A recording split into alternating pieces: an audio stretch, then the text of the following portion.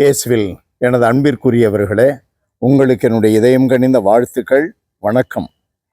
அன்பானவர்களே, இன்று நம்முடைய சிந்தனைக்காக மார்க் நற்செய்தி 12வது அதிகாரம் 1 12வது இறை வார்த்தை.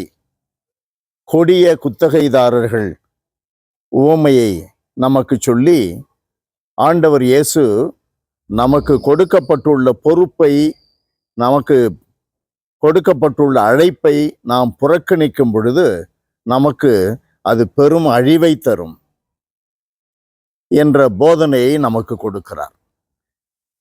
நமக்கு கொடுக்கப்பட்டுள்ள பொறுப்பு என்ன? நம்மிடம் எதை கடவுள் ஒப்படைத்திருக்கிறார்?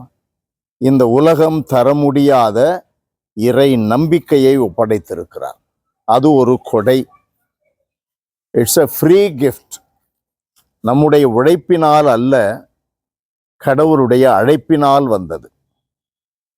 அன்பானவர்களே, நம்முடைய வாழ்க்கையில நாம் அதை சம்பாதித்ததாக கொள்ள முடியாது.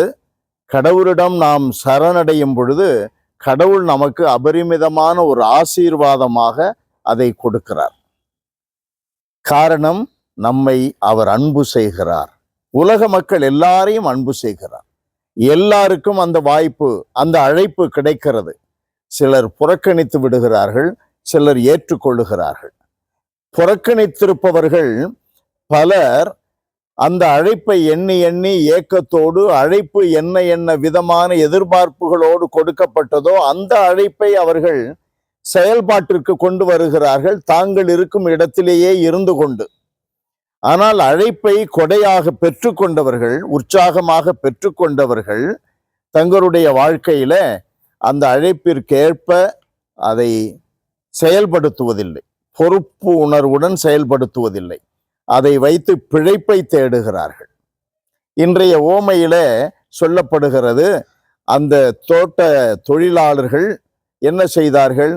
தோட்டத்திற்கு உரிமையாளராக வந்த அந்த தலைவனுடைய மகனை கொன்றொழிக்கிறார்கள். தலைவர் என்ன செய்வார்?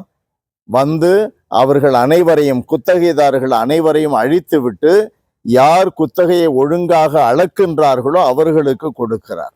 அன்பானவர்களே, ஒழுங்காக குத்தகை அளக்கின்ற, கடவுள் எதிர்பார்க்கின்ற, கடவுள் கொடுத்த அழைப்பின் எதிர்பார்ப்பின்படி நடப்பவர்கள் சிறு கூட்டத்திலே நான் இருக்கிறேனா? நீங்கள் இருக்கிறீர்களா? 22:12 திருவழிபாடு நமக்கு சொல்லுகிறது, அவரவர்கள் செயலுக்கு ஏற்ப கடவுள் அவர்களுக்கு வெகுமதி அளிப்பார்.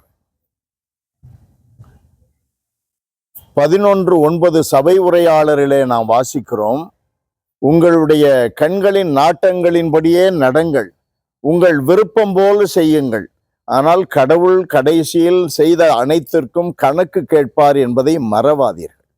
நமக்கு இருக்க வேண்டிய எச்சரிப்பு மிகுந்த கவனம் என்ன? கிடைத்திருக்கிற அழைப்பை முழுமையாக பயன்படுத்த வேண்டும்.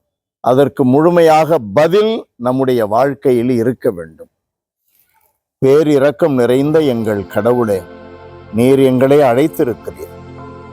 இந்த அழைப்பு வாழ்க்கையில் எங்களுக்கென்று பல பொறுப்புகளை கொடுத்திருக்கிறீர். மிக முக்கியமான பொறுப்பு, நாங்கள் உமக்கு, உம்முடைய அன்பிற்கு, உம்முடைய நீதிக்கு, உம்முடைய பேர் இரக்கத்திற்கு, கனிவு பரிவுக்கு நாங்கள் சாட்சியாக வாழ வேண்டும்.